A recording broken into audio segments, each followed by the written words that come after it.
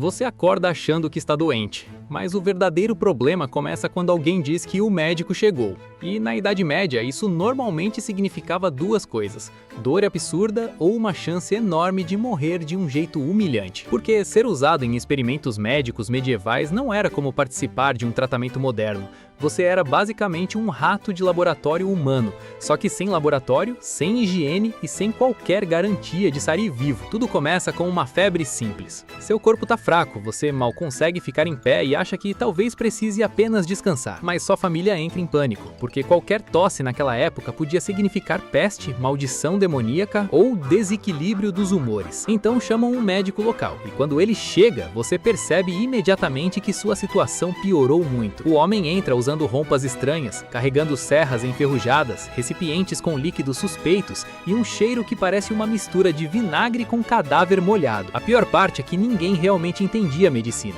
A maioria dos tratamentos medievais era baseada em teorias completamente absurdas. Eles acreditavam que seu corpo funcionava com 4 humores: sangue, bile amarela, bile negra e fleuma. Se você estava doente, era porque alguma dessas coisas estava desbalanceada. Então, ao invés de tratar a doença, eles começavam a mutilar você tentando equilibrar líquidos invisíveis. E é aqui que sua experiência como cobaia medieval realmente começa. O médico olha para seu rosto cansado e conclui que você tem excesso de sangue, o que significa uma coisa: sangria. 2 homens seguram seus braços enquanto o médico pega uma lâmina pequena e faz um corte direto na sua veia, sem anestesia, sem limpeza, sem nenhuma noção de bactéria. O sangue começa a escorrer para uma tigela enquanto você sente sua visão ficando escura. E o mais assustador é que eles acham isso completamente normal. Só que perder sangue não melhora absolutamente nada. Na verdade, você fica ainda mais fraco. Então o médico decide tentar outro método experimental.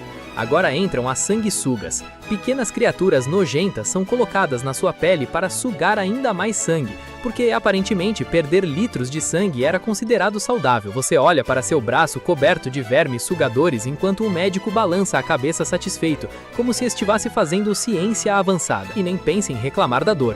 Na Idade Média, sentir dor era quase considerado parte da cura. Algumas pessoas acreditavam que sofrimento físico purificava a alma. Então, quanto mais você gritava, mais o médico achava que o tratamento estava funcionando. Mas aí as coisas ficam ainda piores, porque um dos aprendizes do médico quer testar um novo procedimento, e você, infelizmente, está disponível.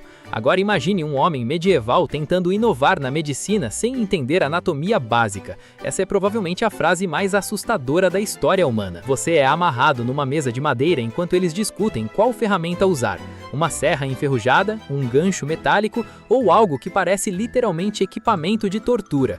E honestamente, na Idade Média, a diferença entre medicina e tortura era quase invisível. O procedimento começa. A dor é tão absurda que você mal consegue respirar.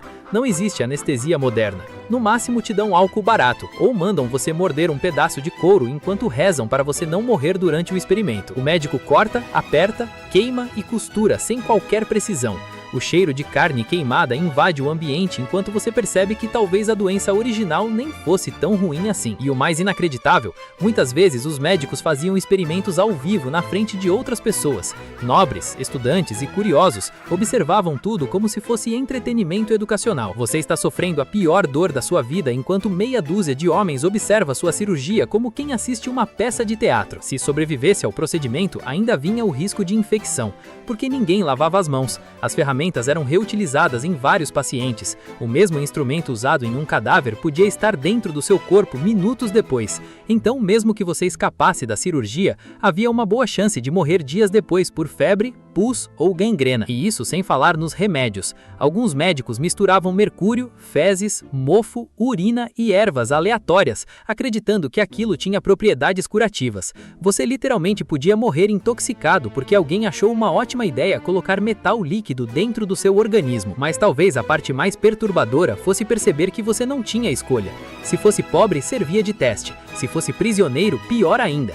e se estivesse desesperado o suficiente para aceitar qualquer ajuda, acabava virando o experimento humano medieval. No fim, sobreviver à doença era quase um bônus, porque o verdadeiro desafio era sobreviver ao tratamento. E honestamente, depois de passar por tudo isso, talvez a peste nem parecesse tão assustadora assim. E depois de tudo isso, você provavelmente nunca mais vai reclamar de ir ao hospital, porque por pior que uma agulha pareça hoje, pelo menos ninguém está tentando equilibrar seus humores com uma serra enferrujada e um balde de sanguessugas. A medicina medieval transformava qualquer gripe em uma experiência traumática, e honestamente, sobreviver ao médico talvez fosse mais difícil do que sobreviver à própria doença. Se você chegou até aqui, é porque esse tipo de história mexe com sua curiosidade sombria sobre a humanidade, sobre os erros absurdos da história e sobre como as pessoas conseguiam sobreviver em épocas completamente caóticas. Então já se inscreve no canal agora, porque ainda existem muitas histórias bizarras, experimentos insanos e momentos inacreditáveis da Idade Média e do Renascimento que parecem mentira,